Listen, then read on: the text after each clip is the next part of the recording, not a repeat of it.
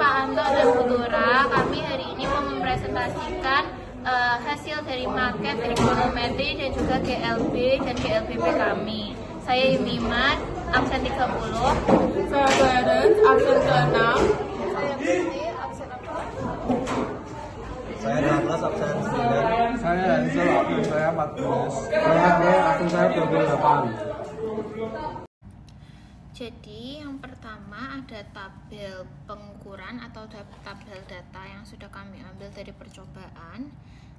Di sudut 30 derajat X1 adalah 0,35 cm, X2 sama dengan 0,35 cm, A sama dengan 5 meter per second pangkat 2, T sama dengan 0,79 second, V1 sama dengan 1,87 meter per second, dan V2 sama dengan 2,6 meter per second. Lalu di 40 derajat ada X1 sama dengan 0,35 cm, X2 sama dengan 0,35 cm, A sama dengan 5 akar 2 meter per second, T sama dengan 0,63 second, V1 sama dengan 2,22 meter per second, dan V2 sama dengan 3,15 meter per second. Lalu di 60 derajat ada X1 sama dengan 0,35 cm, X2 sama dengan 0,35 cm, A sama dengan 5 akar 3 meter per second, T sama dengan 0,20 second, V1 sama dengan 2,46 meter per second, V2 sama dengan 3,48 meter per second. Lalu saya akan menunjukkan perhitungan percepatan dengan rumus A sama dengan G kali sin theta.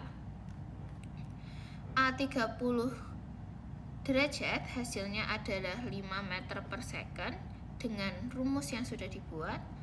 45 derajat sama dengan 5 akar 2 meter per second, dan 60 derajat sama dengan 5 akar 3 meter per second.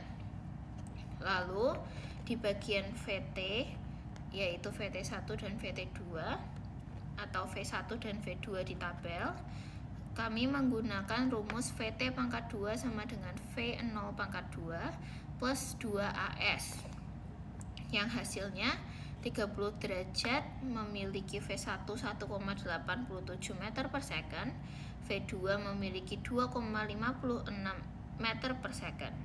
Lalu di 40 derajat ada V1 sama dengan 2,22 meter per second, V2 sama dengan 3,15 meter per second. Dan di 60 derajat ada V1 sama dengan 2,46 meter per second, dan V2 sama dengan 3,48 meter per second. Di sini saya akan menjelaskan hasil hitungan tinggi dari maket kita. Kita mendapatkan sudut elevasi 30 derajat dengan panjangnya 70 cm. Maka kita memasukkan ke dalam rumus tan 30 derajat sama dengan 1 per akar 3. Lalu itu dikalikan dengan 70 cm.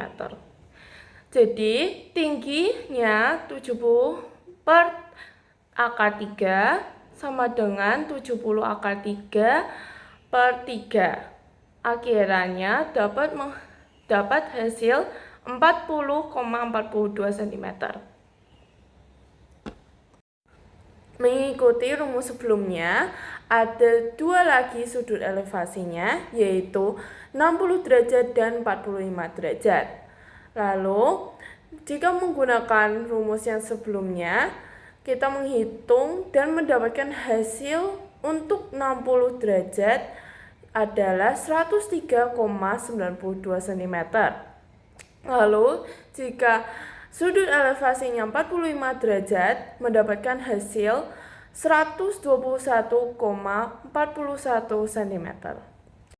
Berikut terdapat grafik hubungan antara sudut kemiringan dengan percepatan dan grafik antara sudut kemiringan dan kecepatan akhir. Semakin besar nilai variabel, maka semakin besar sudutnya. Grafik ini menunjukkan nilai kecepatan, meningkat dari 5 menjadi 5 akar 3. Sudut meningkat dari 30 derajat, 45 derajat, hingga 60 derajat. Hal ini menandakan adanya percepatan yang konstan dalam perubahan gerak. Gerak dengan kepercepatan tetap sehingga kecepatan berubah secara teratur terhadap waktu. Grafik yang terbentuk garis lurus menunjukkan bahwa perubahan kecepatan terjadi dengan konstan dan teratur. Hal ini sesuai dengan konsep GLBB, yaitu gerak suatu benda dapat pada lintasan lurus dengan percepatan tetap, sehingga kecepatan benda bertambah atau berkurang secara teratur terhadap waktu. Sekian presentasi dari kami, terima kasih.